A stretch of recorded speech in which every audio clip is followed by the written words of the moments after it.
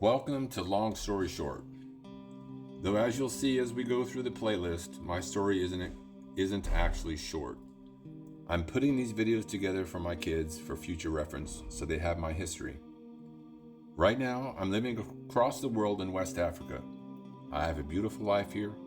I have a daughter, Bella, who isn't even 2 years old yet as of May of 2026. And I have an oldest son, Sean, who is 28 years old now, but I haven't seen or spoken to him in over 22 years. Actually, I spoke to him about 5 years ago very briefly, but I'll talk about that later in the video. Because my life took such a massive, dramatic turn, I wanted to map out how I got here. The story isn't completely written yet because I'm still living it. But to understand the man I am today, we have to look at the chapters that shaped me. And to do that, we have to talk about loss. Now first, I want to pay homage to my uncle and my mother. Regardless of our relationships and history together, I want to pay homage and respect to what they went through and comparing it to my own grief. Now, it's a natural part of life to lose your parents as you age. It's even natural to lose siblings because everyone lives different lifespans. It hurts, but it fits within the timeline of normal human life. But losing a child? That is a completely different caliber of pain. It shatters the natural order of the universe. A parent is never supposed to outlive their child. In my eyes, outliving your children or being forced to live a life separate from them is the absolute pinnacle of human suffering, in my opinion. Before I talk about my own journey, I want to look at our family history.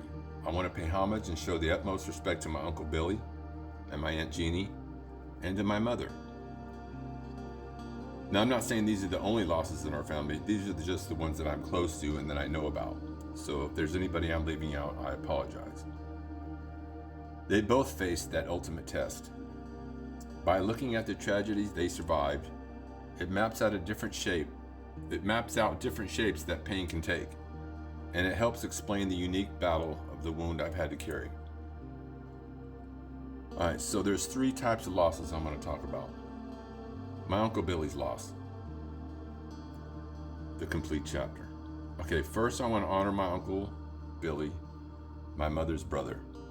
He raised 2 sons, Robert and Matthew, who were just a couple years apart.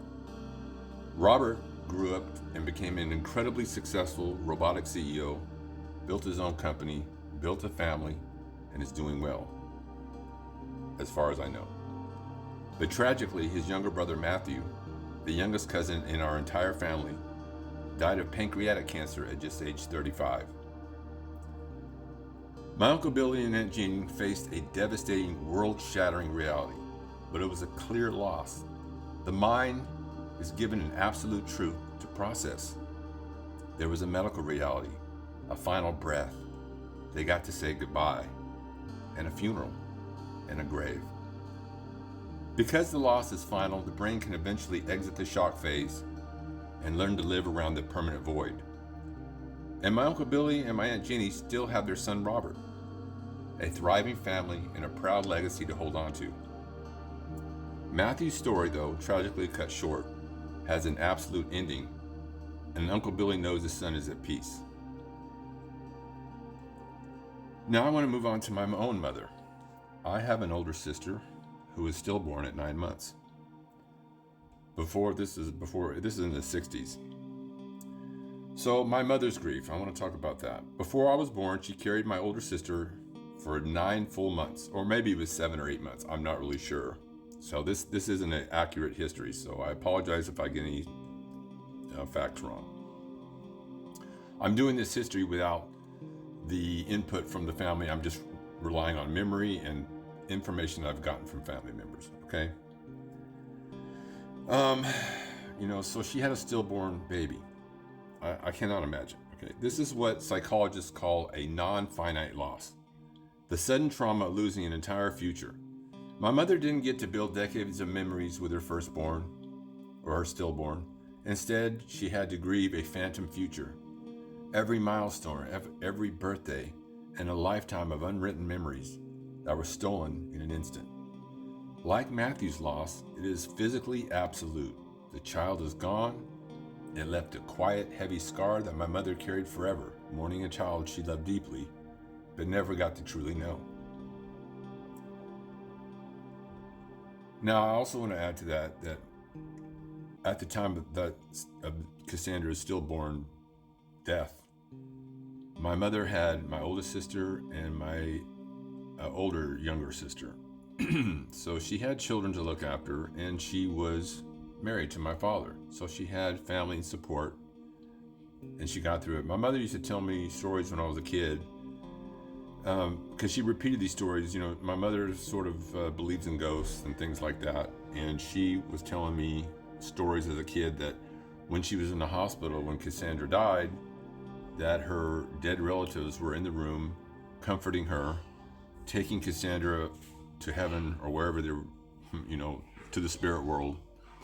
And she was crying, she was grieved, but somehow they were probably fever dreams. I'm sure that she was delirious. She was probably under heavy pain medication, and she was in the hospital. And this is back in the 60s, so she's probably going through a lot.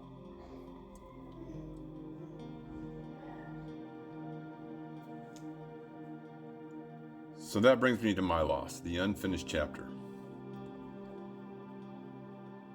My son Sean, I have been entirely alienated from him for 22 years now due to manipulation, false allegations from my ex-wife, which I'll talk about in future videos again, but I have a whole library full of me talking about this stuff.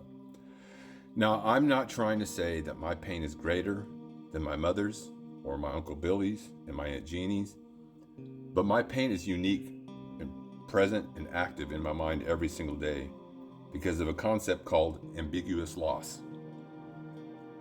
With my Uncle Billy and Aunt Jeannie and my mother, the physical reality is locked in place. Their children are at peace, and their minds don't have to spend energy wondering where they are today. But with parental alienation, Sean is alive out there in the world. Because he is walking around, my brain is denied closure. I'm trapped in a state of frozen grief, where the door is technically still unlocked, creating a constant background hum of what ifs. Worse, Uncle Billy and my Aunt Jeannie and my mother grieved with the absolute comfort of knowing their children loved them. I have to carry the heavy weight of knowing Sean's mind was weaponized to hate a fictional, distorted version of me that doesn't even exist. I am mourning a story that is still going on without me. It takes an immense amount of psychological resilience to navigate living grief like that. It is a wound that never truly closes.